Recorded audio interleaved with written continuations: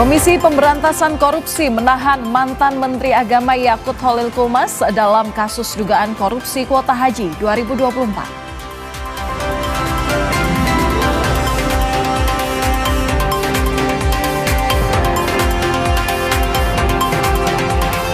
Menteri Pertahanan mengimbau masyarakat tidak perlu khawatir terhadap status siaga 1 yang dikeluarkan TNI.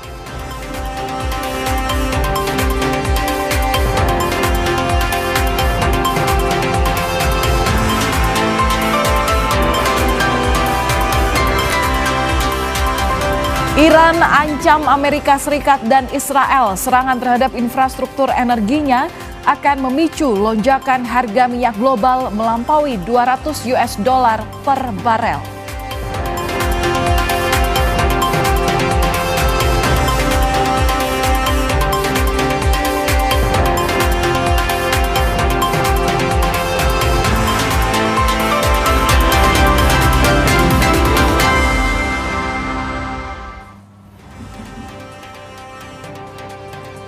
Halo saudara, selamat malam. Apa kabar Anda hari ini? Semoga kabar baik selalu bersama Anda dan juga keluarga dimanapun Anda berada. Hari ini Kompas Malam, edisi Kamis 12 Maret 2026 kembali hadir untuk Anda. Saya Valentina Sitorus.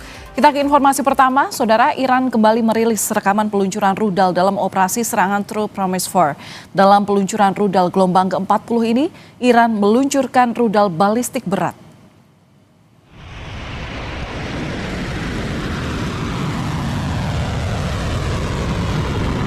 Pasukan Garda Revolusi Islam Iran merilis video peluncuran rudal balistik. Peluncuran rudal ini masuk ke dalam gelombang ke-40 operasi True Promise 4. Waktu dan lokasi peluncuran yang dirilis oleh ORGC tidak dapat diverifikasi secara independen. Rudal yang diluncurkan kali ini termasuk rudal balistik berat.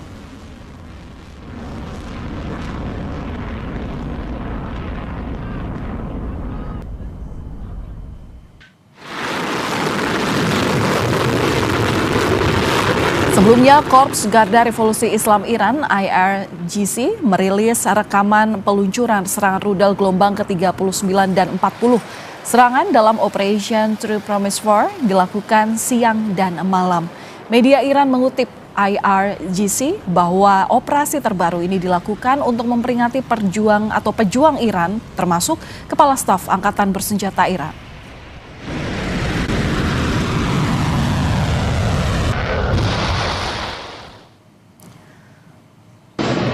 Sementara itu, video amatir yang dirilis media Iran, Press TV, terlihat menampilkan sebuah rudal yang disebut sebagai Iron Dome Israel yang gagal mencegah serangan misil Iran ke Tel Aviv, Israel. Iron Dome Israel ini meledak dan jatuh ke kota Tel Aviv. Iran dibantu Lebanon meluncurkan sejumlah misil untuk menyerang sistem pertahanan Iron Dome Israel.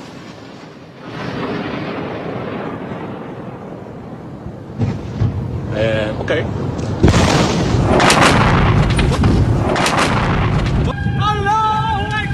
Garda Revolusi Iran menyerang kapal berbendera Kepulauan Marshall dan Malta di Teluk Persia. 1 awak kapal tewas dan 38 orang dievakuasi. Imbas kejadian tersebut, Irak menutup operasi pelabuhan minyak usai 2 kapal tanker asing terkena serangan mematikan.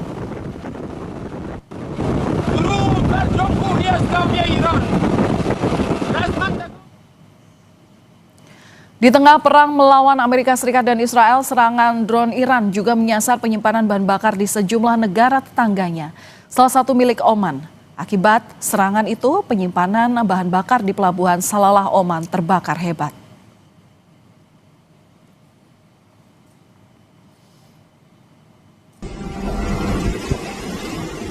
Detik-detik serangan drone gempur penyimpanan minyak Oman terekam pekerja di sekitar lokasi pelabuhan Salalah. Drone Iran diduga jenis Shahed 136 ini milik Iran menabrakkan ke penyimpanan minyak Oman dan memicu ledakan.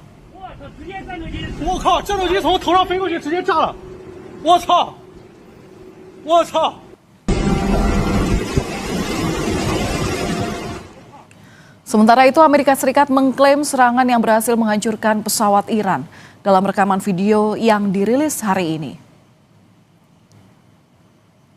Beberapa pesawat milik Iran terlihat terbakar dan mengeluarkan asap. Militer Amerika Serikat tidak menyebut tanggal dan lokasi pasti dari video yang dirilis. Amerika Serikat mengklaim telah menyerang lebih dari 5.000 target dan lebih dari 50 kapal angkatan laut di Iran sejak dimulainya operasi Epic Fury.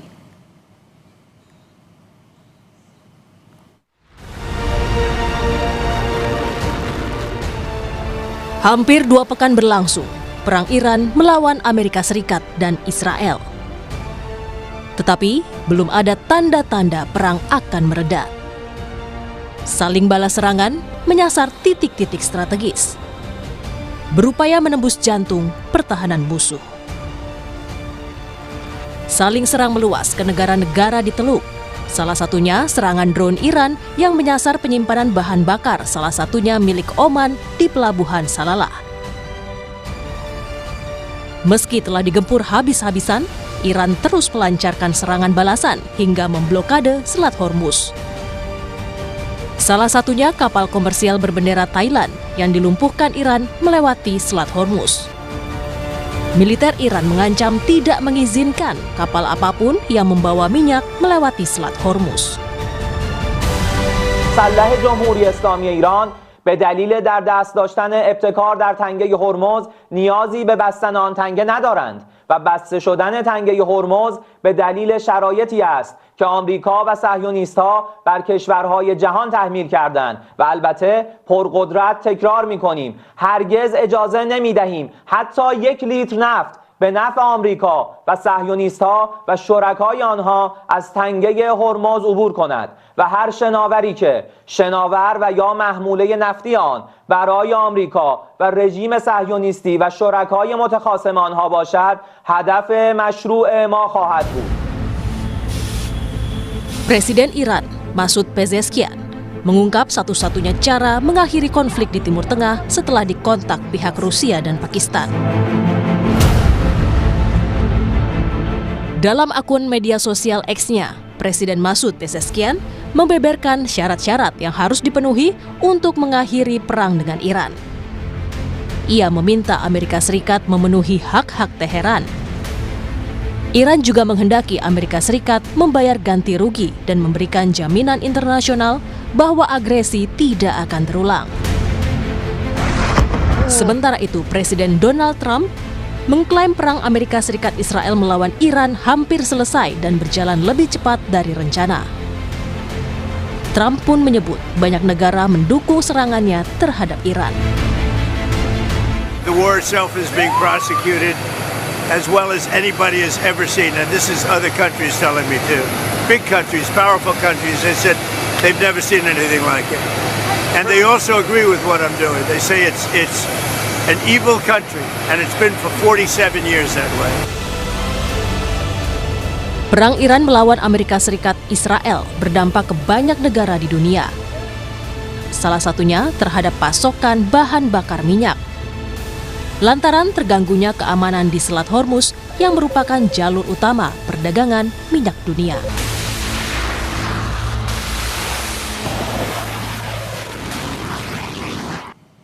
Dan saudara, untuk membahas strategi Iran untuk menekan Amerika Serikat Israel sudah bersama kami pakar strategi Pusat Pengkajian dan Penerapan Angkatan Udara atau PPAU sekaligus alumni US Air War College, Marsma Purnawirawan Agung Sasongkojati. Selamat malam Pak Agung, apa kabar? Kabar baik, selamat malam.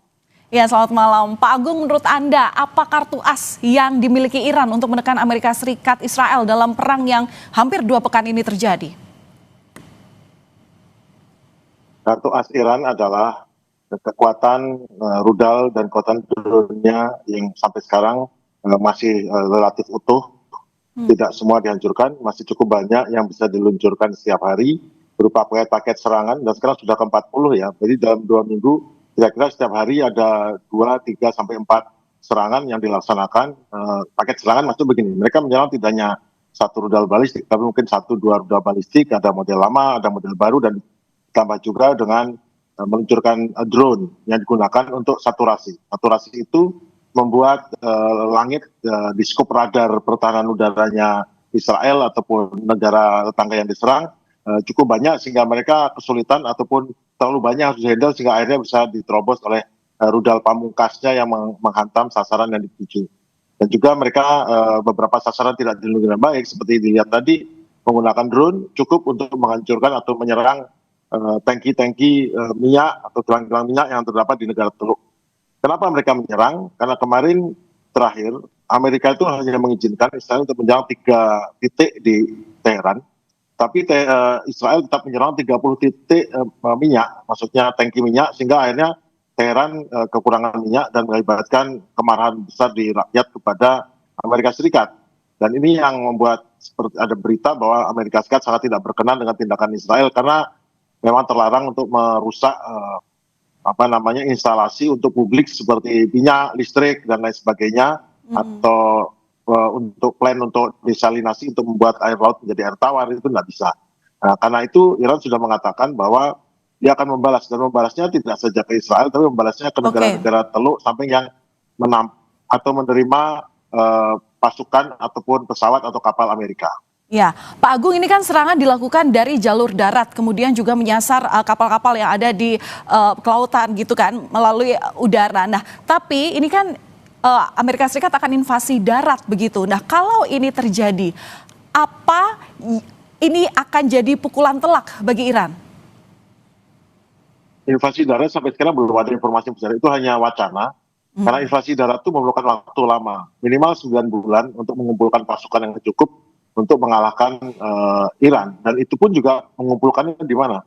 Karena setiap tempat yang bisa untuk mengumpulkan pasukan, baik di negara tetangga yang tidak bersahabat dengan Iran, tetapi itu tidak banyak yang berani untuk menampung. Dan kalaupun menampung pasukan, di mana? Di Irak, itu dalam jangkauan daripada rudal-rudal Iran. Jadi menurut saya itu tidak rencana untuk pasukan darat itu sangat tidak bisa diterapkan karena tidak menguntungkan Amerika. Dan untuk apa? Orang ini masalahnya hanya masalah nuklir yang di stop dan Iran sudah setuju, kemudian masalah dan lain sebagainya, itu kan semua juga tahu bahwa sebetulnya yang dituju ini bukan untuk kemampuan Iran untuk menghancurkan, tetapi adalah untuk mengganti rezim.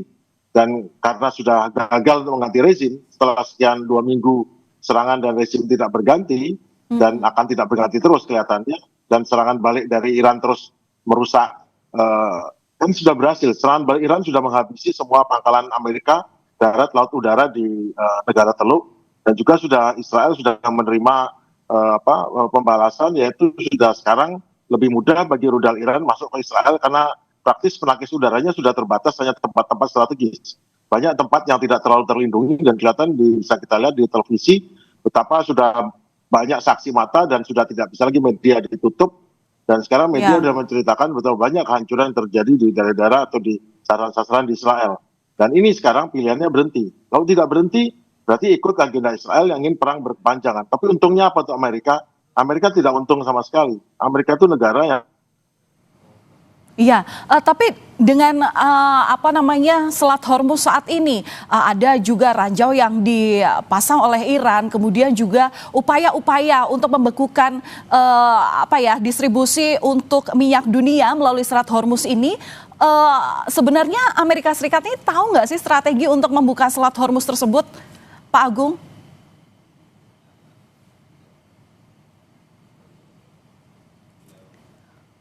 Masih kami upayakan untuk mencoba menghubungi Pak Agung. Di sisi lain ada kemungkinan Pak Agung mengalami gangguan komunikasi.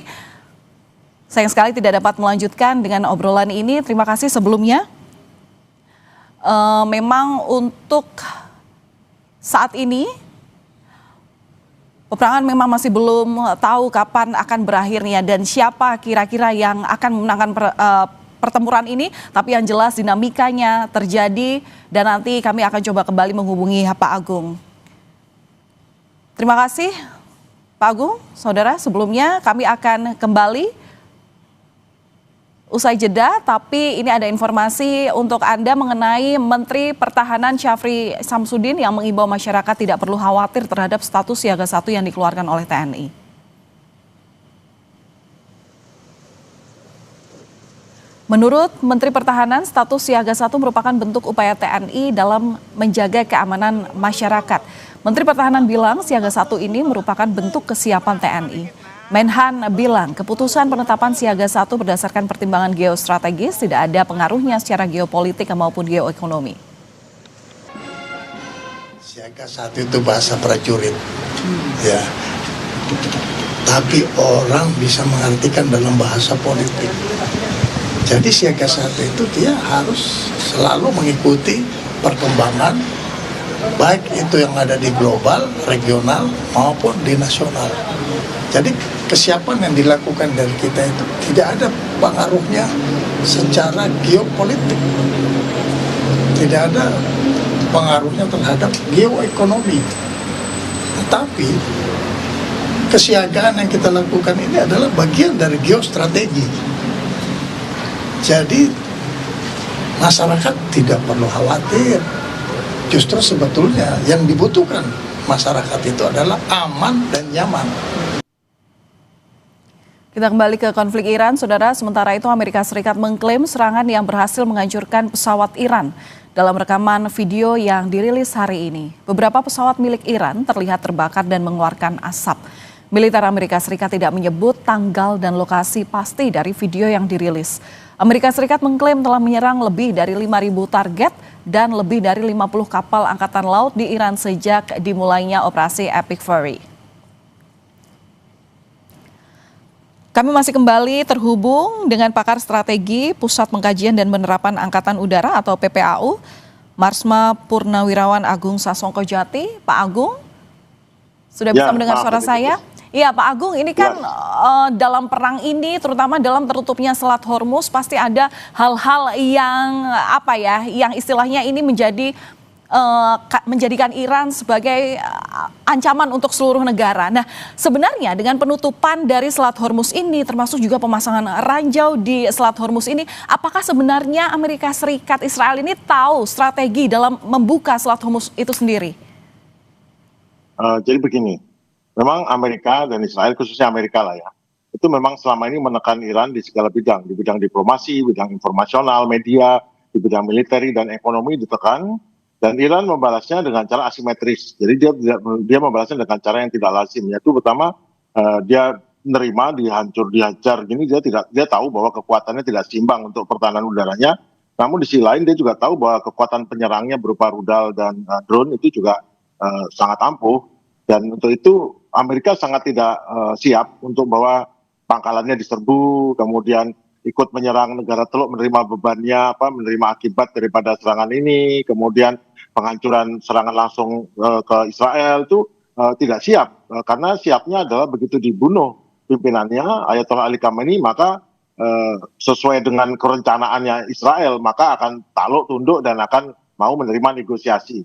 Tapi ternyata tidak seperti itu. Jadi semua serangan ini berhasil.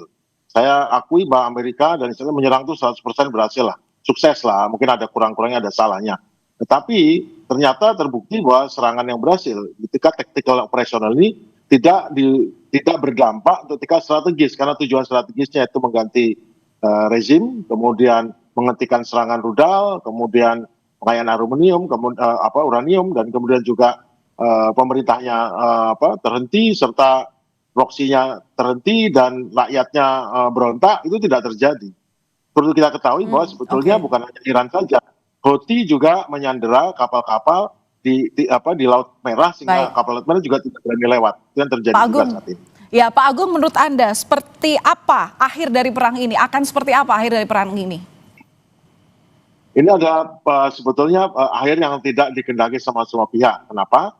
Karena pada akhirnya terus terang operasi Epic Fury-nya Amerika ini gagal mencapai tujuan strategisnya, berhasil mencapai tujuan taktisnya, menghancurkan daftar. Jadi ini adalah result based operation, operasi yang hasilnya sukses, tetapi dampaknya tidak sukses. Jadi hasilnya itu apa yang terdapat di daftar target berhasil dihancurkan semua. Tetapi tujuan dari hancurnya target, yaitu dampak berupa menyerahnya rezim, tidak terjadi. Jadi praktis secara general, secara strategis, operasi ini gagal. Dan untuk itu, bila Amerika sudah bicara soal melangkah ke yang lainnya, baik penghentian atau dilanjutkan serangan darat, berarti memang operasi ini gagal. Harus pindah ke operasi yang lain atau malah berdamai. Itu yang pilihan yang terbaik saat ini. Baik, terima kasih sudah berbagi pandangan Anda kepada kami di Kompas Malam Kompas TV, pakar strategi Pusat Pengkajian dan Penerapan Angkatan Udara atau PPAU, sekaligus alumni US Air War College, Marsma Purnawirawan Agung Sasongko Jati. Terima kasih Pak, salam sehat selalu. Terima kasih, selamat malam. Kami akan kembali usai jeda dengan informasi mengenai Komisi Pemberantasan Korupsi menahan mantan Menteri Agama Yakut Holil Qomas dalam kasus dugaan korupsi kuota haji 2024.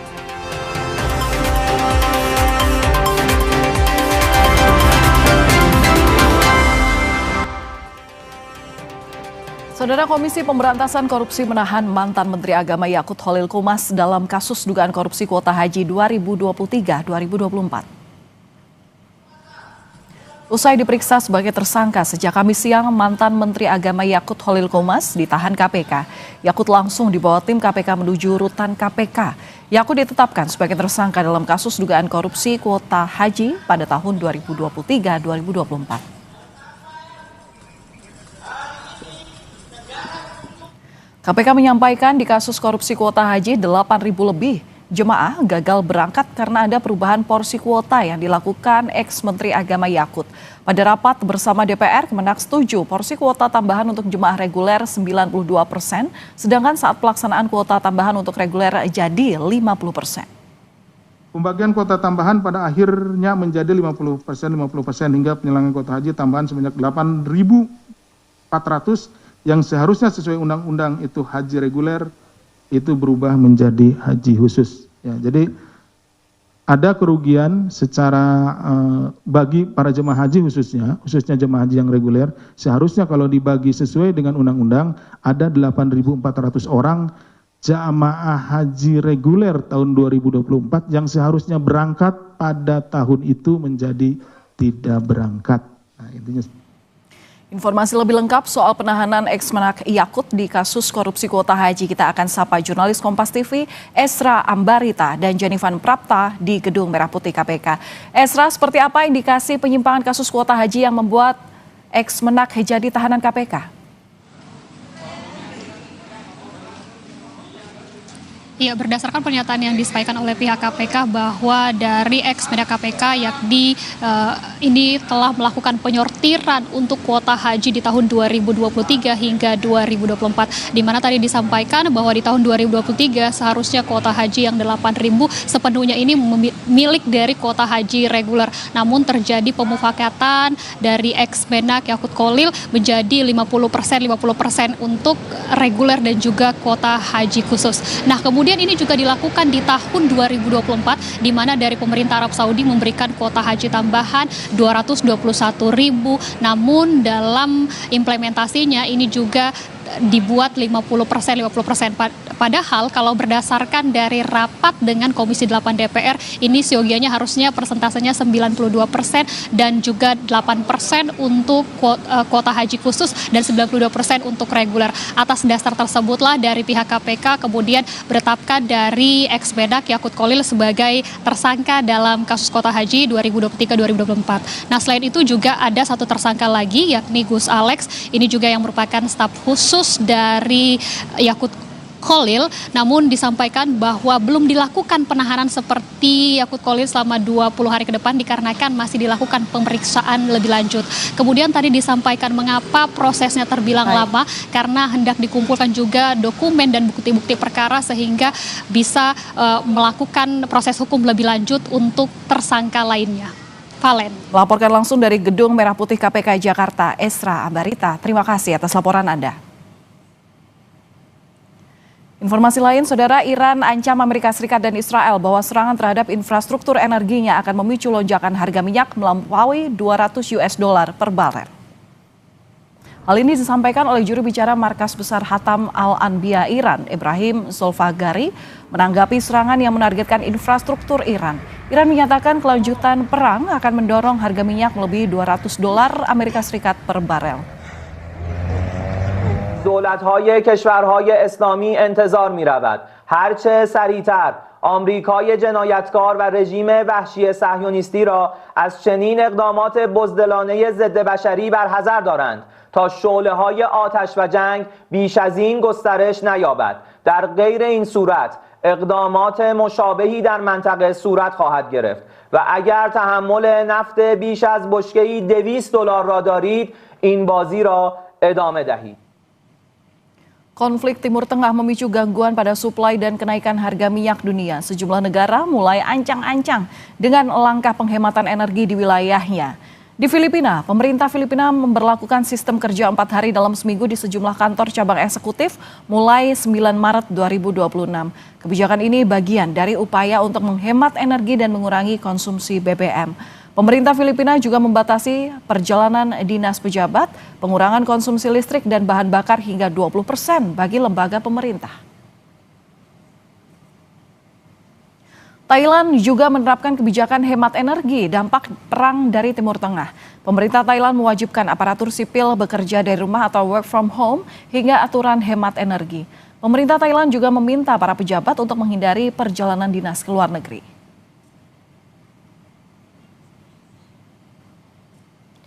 Sementara di Bangladesh, sebagai langkah darurat dalam menjaga pasokan listrik dan bahan bakar akibat ketegangan konflik di Timur Tengah, pemerintah Bangladesh menutup sementara seluruh lembaga pendidikan di negara itu. Keputusan itu berlaku bagi seluruh universitas negeri maupun swasta, sekolah menengah, dan pusat pelatihan. Aturan hemat listrik juga diterapkan.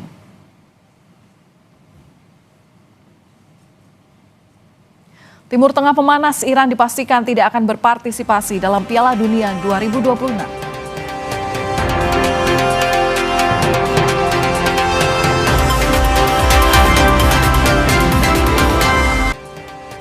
Saudara, situasi geopolitik yang memanas membuat Iran akhirnya memutuskan untuk tidak mengikuti gelaran Piala Dunia 2026 yang digelar di Amerika Serikat, Kanada, dan Meksiko. Setelah pecah perang dengan Amerika Serikat dan Israel, Iran akhirnya memutuskan tidak ikut ambil bagian pada Piala Dunia 2026 yang digelar Juni mendatang di Amerika Serikat, Kanada, dan Meksiko. Melalui Menteri Pemuda dan Olahraga Ahmad Donyamali, Iran memutuskan tim nasionalnya tidak akan berpartisipasi di Piala Dunia 2026. Serangan AS dan Israel ke Iran yang menyebabkan tewasnya pemimpin tertinggi Ayatollah Ali Khamenei jadi alasannya. Iran juga mengklaim pemain timnasnya tidak akan aman selama berada di Amerika Serikat.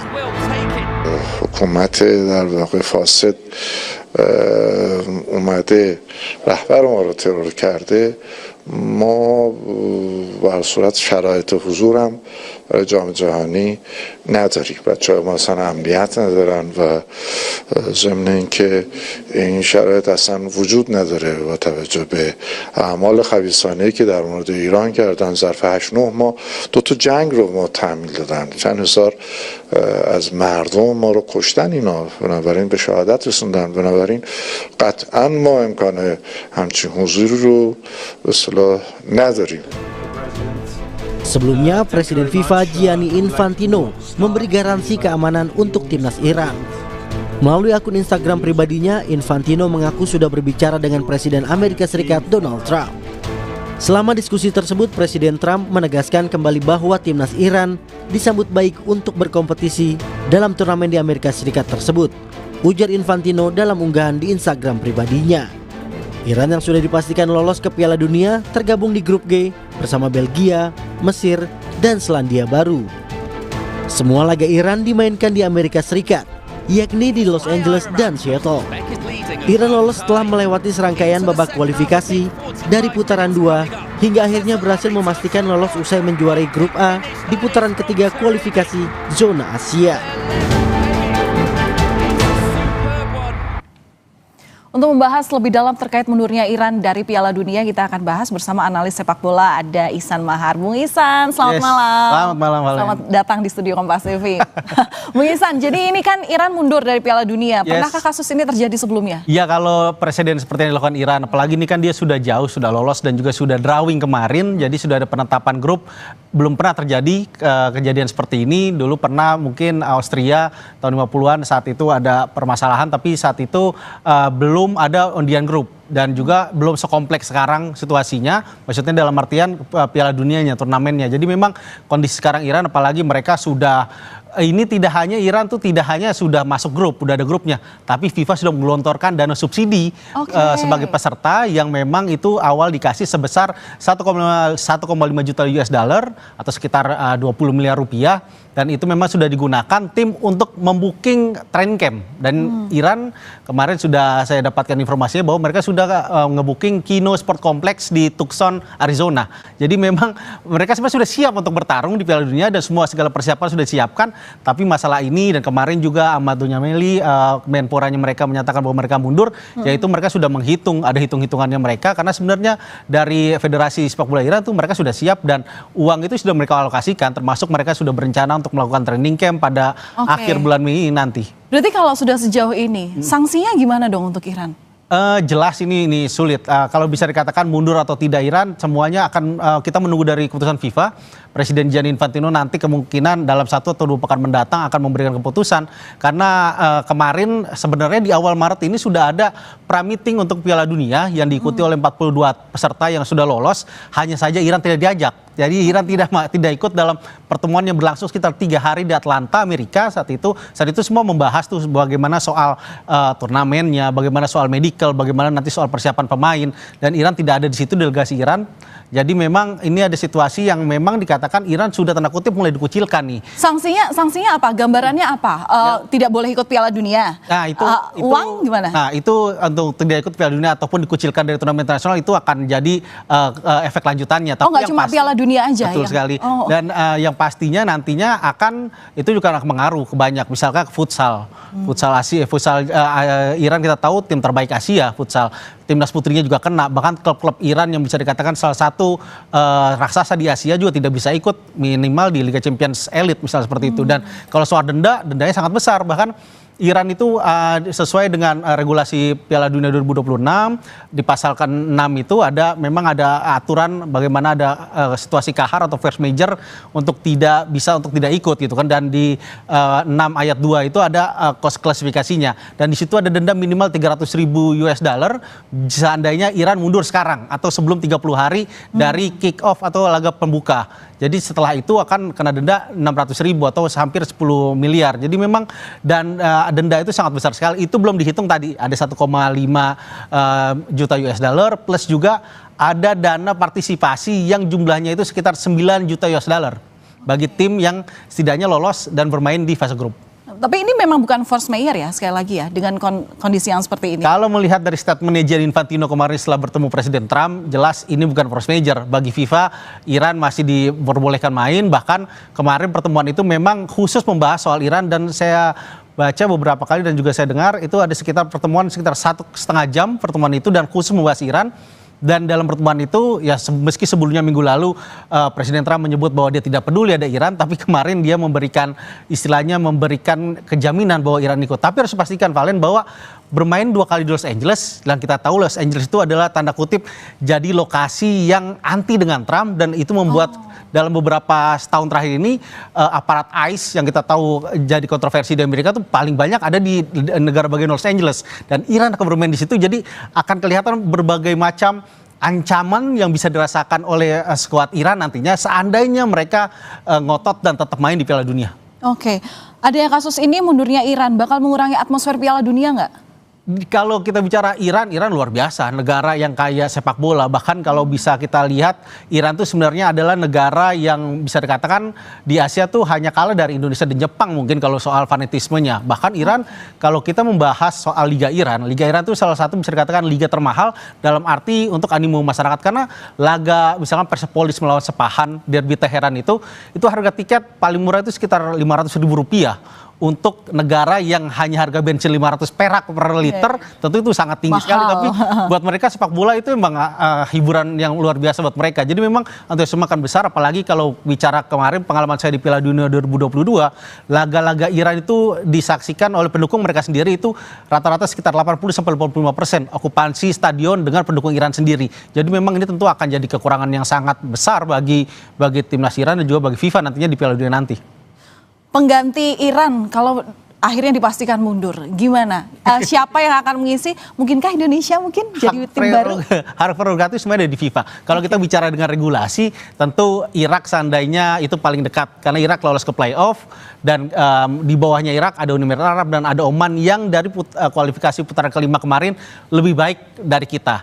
Tapi semuanya balik ke Presiden FIFA Gianni Infantino. Dia yang punya hak prerogatif untuk menunjuk kira-kira siapa yang lolos, karena perhitungannya itu nggak cuma hasil kualifikasi kemarin, tapi banyak pertimbangan, termasuk pertimbangan komersil. Dan dengan sinyal Presiden Gianni Infantino hari ini mengepost unggahan tentang Indonesia, ya kita punya harapan. Ada harapan lah setidaknya. Oh ya, jadi meskipun sudah drawing, mungkin ada peserta baru. Masih mungkin ada peserta baru, seandainya kalau benar-benar Iran dengan segala konsekuensinya mereka tetap ngotot untuk mundur. Oke, jadi penasaran ya, nanti Piala Dunia akan berlangsung Juni, apa proses sebelum Juni yang akan terjadi di dunia ini, terutama dari berkaitan dengan sepak bola di jelang Piala Dunia 2026. Terima kasih Bung Ihsan Mahar, analis sepak bola, sudah berbagi analisanya kepada kami di Kompas Malam Kompas TV. Salam sehat selalu, salam olahraga. Saudara, kami akan kembali usai jeda dengan informasi mengenai militer Amerika Serikat mengklaim menghancurkan 16 kapal Iran yang disebut memasang ranjau laut di Selat Hormuz.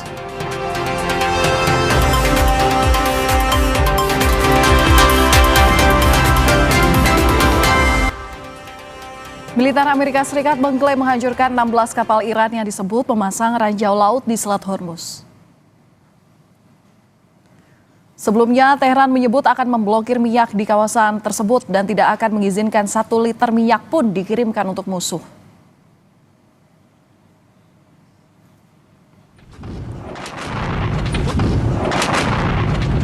Garda Revolusi Iran menyerang kapal berbendera Kepulauan Marshall dan Malta di Teluk Persia. 1 awak kapal tewas dan 38 orang dievakuasi. Imbas kejadian itu, Irak menutup operasi pelabuhan minyak usai 2 kapal tanker asing terkena serangan mematikan.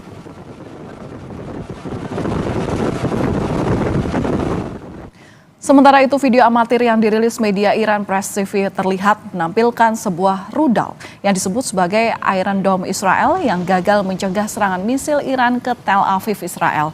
Iron Dome Israel ini meledak dan jatuh ke kota Tel Aviv. Iran dibantu Lebanon dalam meluncurkan sejumlah misil untuk menyerang sistem pertahanan Iron Dome Israel.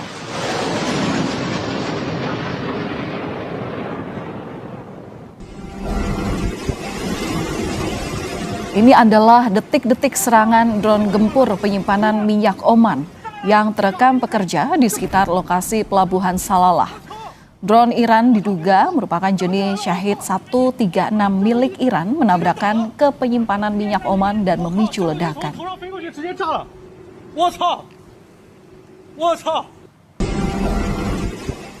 Sementara itu, Amerika Serikat mengklaim serangan yang berhasil menghancurkan pesawat Iran dalam rekaman video yang dirilis hari ini.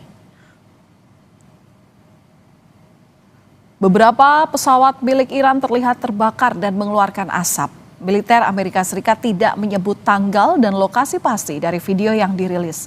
Amerika Serikat mengklaim telah menyerang lebih dari 5.000 target dan lebih dari 50 kapal angkatan laut di Iran sejak dimulainya operasi Epic Fury.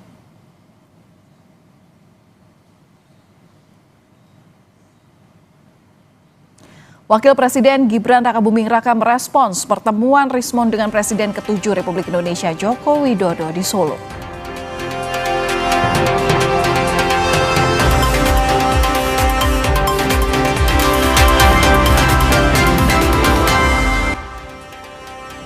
Saudara, Wakil Presiden Gibran Rakabuming Raka merespons pertemuan dan permintaan maaf Rismon Sianipar terkait tudingan ijazah palsu Jokowi.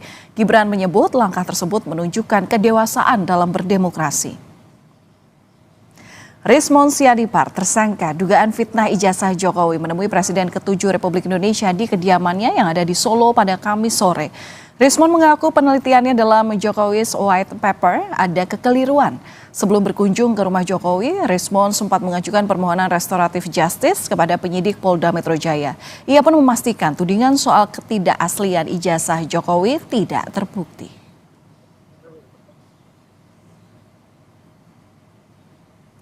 Melalui keterangan tertulis yang dikeluarkan Biro Pers, Media, dan Informasi, Wakil Presiden menyampaikan bulan Ramadan adalah bulan yang sangat baik untuk saling memaafkan dan kembali merajut tali persaudaraan.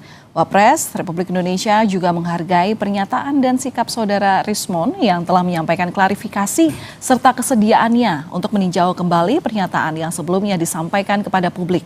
Langkah tersebut menunjukkan kedewasaan dalam berdemokrasi. Informasi lain, KPK menahan mantan Menteri Agama Yakut Holil Qomas dalam kasus dugaan korupsi kuota haji 2023-2024. Usai diperiksa sebagai tersangka sejak Kamis siang, mantan Menteri Agama Yakut Holil Qomas ditahan KPK.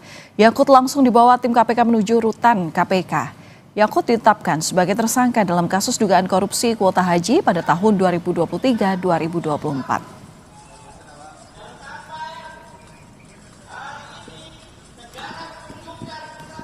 Dan kami tutup Kompas Malam sampai di sini. Selalu cukupi kebutuhan hidrasi Anda pada saat sahur dan berbuka puasa dengan 3 botol air mineral 700 ml yang setara dengan 2 liter air untuk 1 hari puasa pasti sejuknya. Saya Valentina Sitorus pamit. Terima kasih atas perhatian Anda. Sampai jumpa.